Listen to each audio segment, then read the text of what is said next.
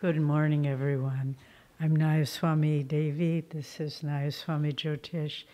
And it's been just delightful to be with you all this weekend and to join you for Sunday service.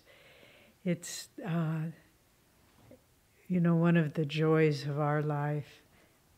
Hello, Dr. Pushpendra and Arti. One of the joys of our life is to get to go to all the different Ananda communities, both in California and centers in America and Italy and India. And it's so beautiful because whatever city, whatever country, whatever language it happens to be taking place in, there's always the same beautiful spirit of love for God and the joy of satsang together. So we're very happy to be with you all. We have a beautiful topic to discuss and go deeper in this morning. And from Rays of the One Light by Swamiji, our topic is, we are children of the light. Truth is one and eternal. Realize oneness with it in your deathless self within. The following commentary is based on the teachings of Paramahansa Yogananda. It is common for people to perceive themselves according to their present realities. A person in ill health says, I am ill. Few say, I am well. It is my body that is suffering. People in a low income bracket say, I am poor. Only the unusual person will say, though outwardly I live in poverty, inwardly I am wealthy. Thus, when it comes to moral and spiritual development, people commonly identify themselves with their weaknesses and their mistakes. They consider it almost a sign of humility to say, I am a sinner, though in effect, what this means is that they identify themselves with their sinfulness, not with the soul's power to transcend all limitations in God. The great masters, including Jesus Christ, have always emphasized the divine potential of mankind. They encourage us, they address us as children of the light, not of darkness. The Bible, in the Gospel of St. John, chapter 3, makes the point that our true home is not the mud of this earth, but the light of heaven. No man ascended up to heaven, it tells us, but him that came down from heaven. The passage continues, even so the Son of Man who is in heaven, emphasizing that Jesus, though he lived on earth, is perceived by the eye of wisdom as conscious, even in human form, of his true reality in heavenly spheres. The way to know God is to live in godly consciousness and not to bewail our imperfection and our distance from God. Jesus said, Blessed are the pure in heart, for they shall see God. And the Bhagavad Gita states, Seekers of union with the Lord find him dwelling in their own hearts. But those who, lacking in wisdom, seek him with impure motives, cannot perceive him, however much they struggle to do so. If you want to know God, Paramahansa Yogananda said, live in the thought that you have him already. Thus, through Holy Scripture, God has spoken to mankind. Om, Om, Om.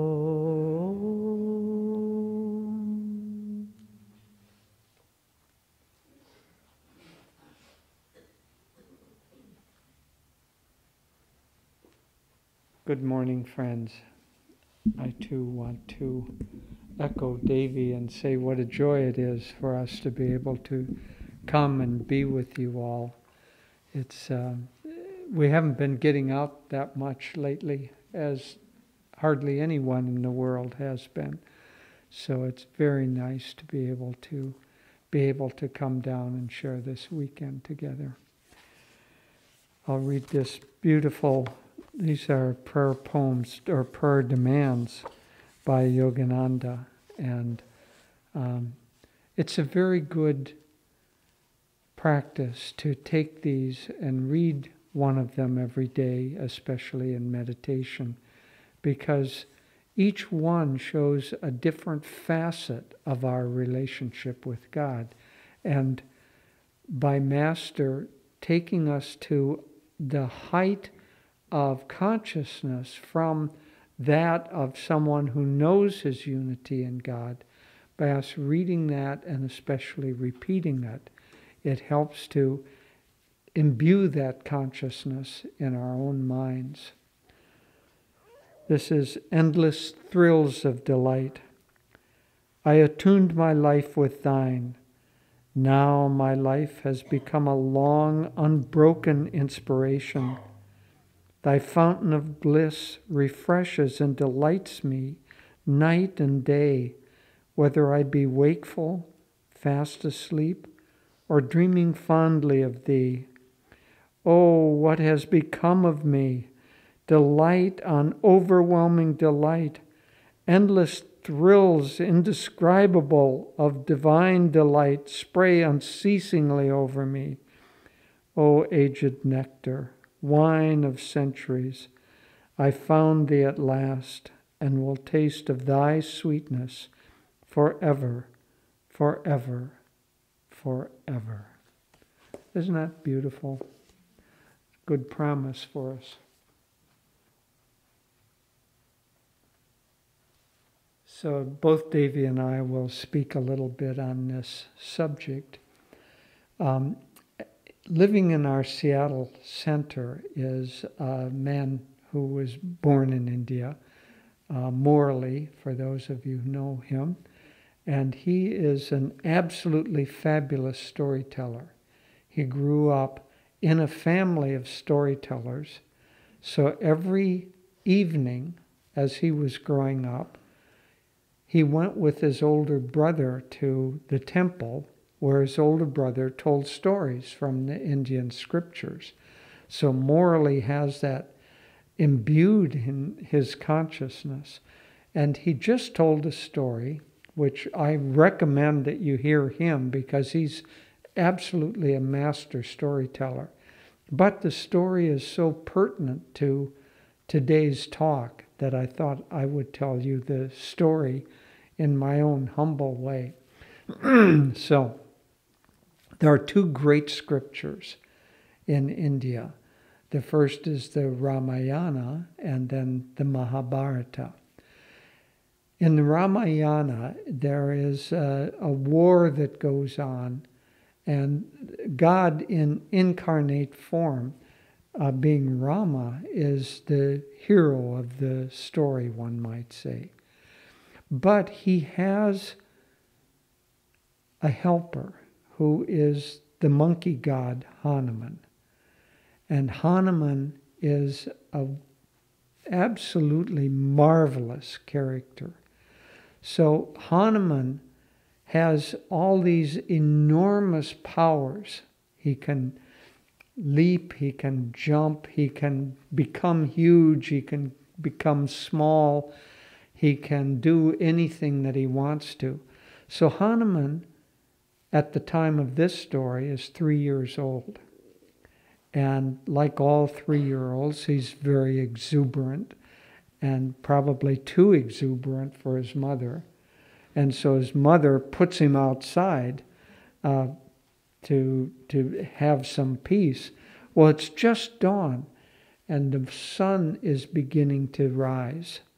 And Hanuman, being a little 3-year-old, looks at it and says, "That looks like an apple, and I want it." And so he decides that he's going to jump up and get the apple. Now, for us, jumping up and getting the sun is not really realistic, but this is Hanuman. So he jumps up, and he jumps up out of the atmosphere and through space, and he's just about to arrive at the sun and grab the sun. And the king of the gods, Indra, says, now this is going to disturb the whole order of the universe. You know, he's going to knock the sun out of its orbit or delay it, and people set their time by the sun. We can't have this. So Indra throws a rock, happens to be a diamond, and it hits Hanuman in the jaw, kind of really hard, and knocks him out of his orbit, and he falls back down to earth. And so there he is, crying, and his mother comes out, and, well, you can imagine what his mother is like, knowing that somebody threw a rock and hit her 3-year-old son. So she's very, very angry, and the power of an angry mother scares all of the gods. And so they come down to placate her, and they you know, they're going to do anything to just calm her down. And so the king of the sun, Surya, says, okay, listen, I'll give Hanuman a blessing, and I'll touch him on the forehead, and I'll give him the blessing that fire cannot burn him. So if he ever goes up to the sun again, he's not going to get burned. And so he gets the blessing of not being able to be burned. And the king of the earth gives him the blessing that nothing from the earth is going to harm him. And the king of the water says water cannot harm him. He won't drown, and so on. Well, this goes on, and so he has not only this innate power that he was born with, but now he's got all these blessings on top of that. He's basically invincible. But Brahma, who is the creator, says, well, yes, he has all these blessings, but the whole universe is revolving around the law of dharma and of karma. And he can't be impervious to karma or impervious to dharma, righteousness. And so even though he has all these powers, I'm afraid I'm going to have to curse him that yes, he has them, but he can't remember that he has them. And so Hanuman grows up, and now he's an adult monkey living with the other adult monkeys. And Rama and his brother Balarama come, and Rama sees Hanuman. And he said, now look, Balarama, that is a very special being. Look how he walks. Look how he carries himself. Look how he speaks. This is a great soul. We have to go and speak with him. And so they go, and Hanuman, who thinks he's just a normal monkey, Rama says, don't you know who you are? And Hanuman says, no. He said, you've forgotten who you are? He says, who am I? And Rama says, you're Hanuman. And he touches him, and the memory comes back of who he actually is and what he can do. And so Hanuman joins with Rama, and because there's a war going on, and Sita, the wife, the queen of the realm, has been abducted and taken from India to Sri Lanka, which is an island off the coast of the mainland. So they have to go and rescue her. Well, in order to find out what's going on over there, Rama says to Hanuman, you have to jump over the water and jump over there and see what's going on. Be my spy over there. Well, Hanuman says, I can't jump over that huge expanse, many, many, many miles of water. And Rama says, "What are you saying? As a 3-year-old, you jumped up and were about to grab the sun. What, you're saying you can't jump over this little puddle? Go ahead, jump over there." And so Hanuman does that because now, because of Rama, he remembers who he is. And so then he comes back, and war proceeds, and the war is fought, and of course the forces of good, of light, prevail over the forces of darkness, and then Sita is rescued and brought back. And the courtiers are a little jealous because Rama is treating Hanuman in a very special way. And so they say, well, why should he have such special treatment? And Hanuman, in order to show them, many of you will have seen a poster of this, he takes his chest and he rips it open, and instead of a physical heart there's just an image of Rama and Sita, meaning that the Guru is now, his whole heart has been given to the Guru and has become transformed. And so this has gone on in this epic, but it's echoed also in the Mahabharata. And the Bhagavad Gita, which we read from every week, is a part of the Mahabharata. It's a section in that. And there is a very famous line in the Bhagavad Gita. At the beginning of the Bhagavad Gita, the Arjuna, who represents as Swami says, devotee everyone, goes out in between the armies, and he looks at all the, I won't go into the whole story, but they're fighting against their cousins and uncles and brothers, and it's a kind of a inter-clan war. And Arjuna looks and he says, they're all my brothers and my cousins and my uncles and my grandsires. I can't fight this war. And Krishna replies, you have to fight this war. You are not just who you think you are. You're the eternal soul. And as one of the lines in that, he says, and the soul is eternal and unchangeable. Fire cannot burn it. Water cannot drown it. Sword cannot cut it. And so on, repeating that same theme.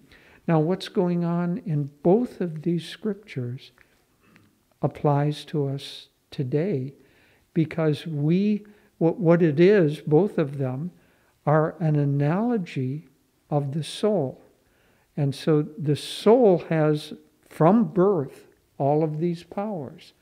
We are the soul, and the soul is just an extension of God. A little, as Master said, little sparks of God's light are those little sparks are the same as God's consciousness, but the power of forgetfulness, just as Hanuman was cursed with forgetting who he was, we all are also cursed with forgetting who we are. And so we have within us, we are not just the physical body, just the ego, just the separate entities that we think we are. That's our forgotten self is the soul. And so we're living like monkeys, among other monkeys, in forgetfulness. And so we have to have an enlightened being come and wake us up. And so that's what this path is that Master, being an enlightened being, has come and he's helping us remember who we are, because we're not the physical body. Yes, we have a physical body, of course. There is a physical universe. Yes, of course. But that's not the whole story. It's just the lowest level of reality. And so we have a body of physical body, but we also have a body of light. And all of the scriptures are telling us, you are children of the light, because we have you can call it light, you can call it the sound of Om. We have a body of energy. And that body of energy is more real to who we are than the physical body. It's more expansive. Those of you who joined last night, but all of you probably have read Autobiography of a Yogi. There was a section read from what the astral plane is like. Well, the astral plane is a plane of light, a plane of energy. And it's much more beautiful and much more expansive than what this physical plane is. So we need, like Hanuman, to be reminded of who we actually are. We're beings of light, and that's what this scripture is about. Now, we've got these skylights, so you have a ray of light coming down. That's just an analogy. Can you take a sword and cut that ray of light? Of course not. Can you take a flame and burn that ray of light? No, you can't drown it. You can't. So this analogy of light, we are beings of light. And if we remember that, COVID cannot kill us, and bombs cannot destroy us, and poverty cannot touch us. Nothing of a lower nature can actually affect our higher nature. And so if we live in forgetfulness and think all we are is our lower physical nature and our by extension our ego, physical ego, then we apparently seem to be affected by these things on a physical level. But if we remember who we really are, then we aren't affected by those. We can't be affected by those. Now, yes, a sword might cut our physical arm, but that's not who we are. So it can't cut us, nor can anything harm us. But we need to remember who we are. So how do we remember? Well, we remember by the practices of our spiritual path. Many of our meditation techniques are based on pranayama.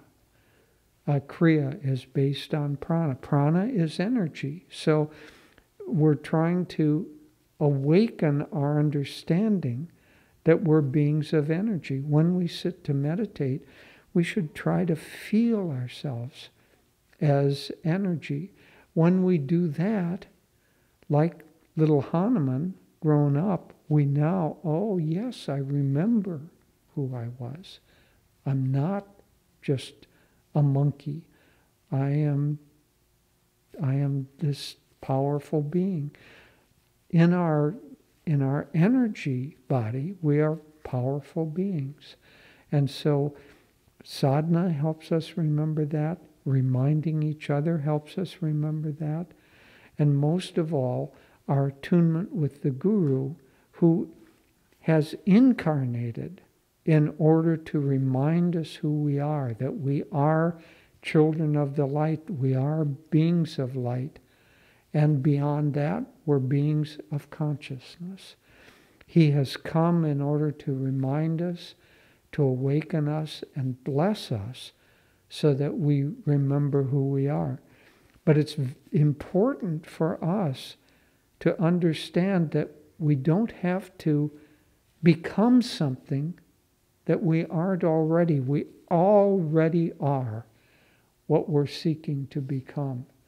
We just have to wake up and remember.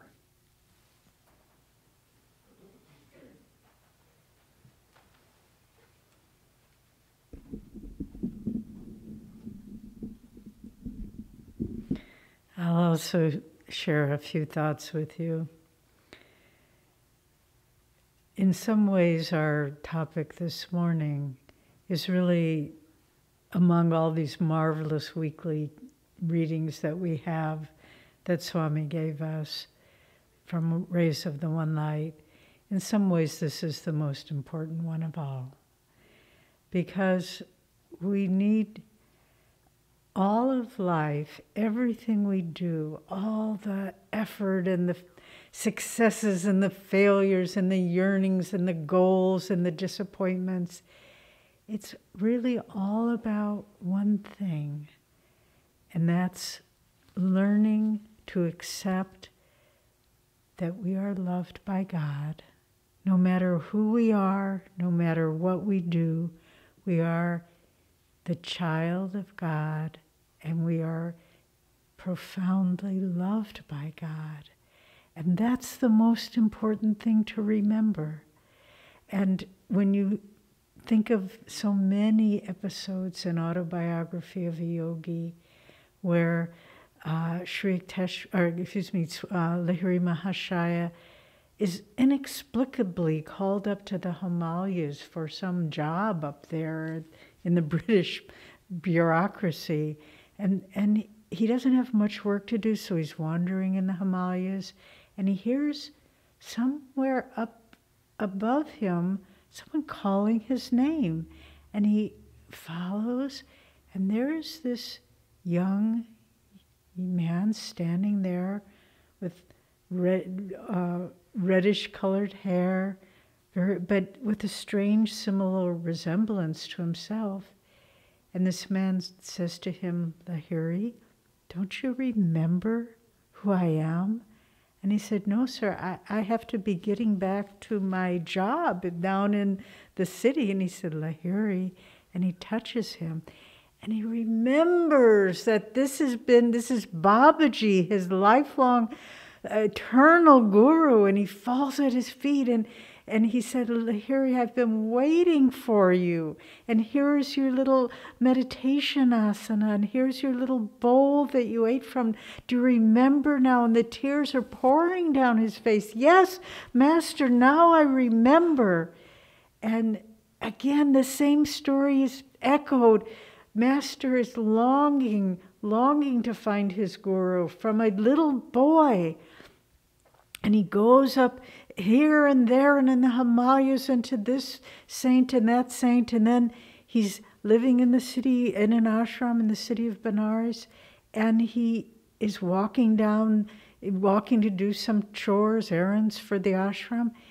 And he's walking past this lane, and he sees a man standing there at the end of the lane. A very impressive figure, but he keeps walking. And then as he tries to continue walking, his feet won't move anymore. And when he tries to move back towards this man, then he can move. And he goes back and forth, and the tears of joy are pouring down his face. And he runs and he kneels at his feet. Shri Yukteswar, my own, you have come to me. My own, you have come to me. And he remembers. And then with our beloved Swamiji, young man, all his life feeling like a fish out of water, never feeling he belonged, no matter where he went in the world. Finally, he's in desperation about to, Swamiji, get on a merchant marine ship just to go to South America and be a hermit. He goes into a bookstore in New York. There's this book with that picture on the cover, and it looks familiar to him, but he says, oh, I have too many books, and I'm going to be leaving on a ship, and he starts to walk away. And he starts to walk away, and the same thing, his feet will not take him away. He comes back, and he grabs that book, and he knows, Swamiji knew, this is my own. But that's the story of all of our lives. The God and Guru are calling us with love, with eternal love for us because we are their own, and we say, oh no, I have to go to work now, or oh, I've got to argue with this person who said something unkind, or whatever it is, and we say, oh no, something else is more important. And the whole point of our life is to just say, I am yours. I open my heart, and all that's there is your image. But we forget. And why do we forget? Because we identify with little things that aren't our true self. And Master has a very important talk that he gave. It's in one of his books about memory. And we remember, as much as he said, memory is a sacred gift. And we should remember only those things that remind us of our unity with God and our love for God. So when we think, oh, well, I did this really bad thing and I wasn't honest in my business, or I was unkind to that person, or whatever it is, Master said, it is a desecration of the sacred gift of memory to dwell on our past mistakes. And why do we do it? Because then we don't have to try. We think, oh, well, I'm a bad person. Look at all these bad things I did.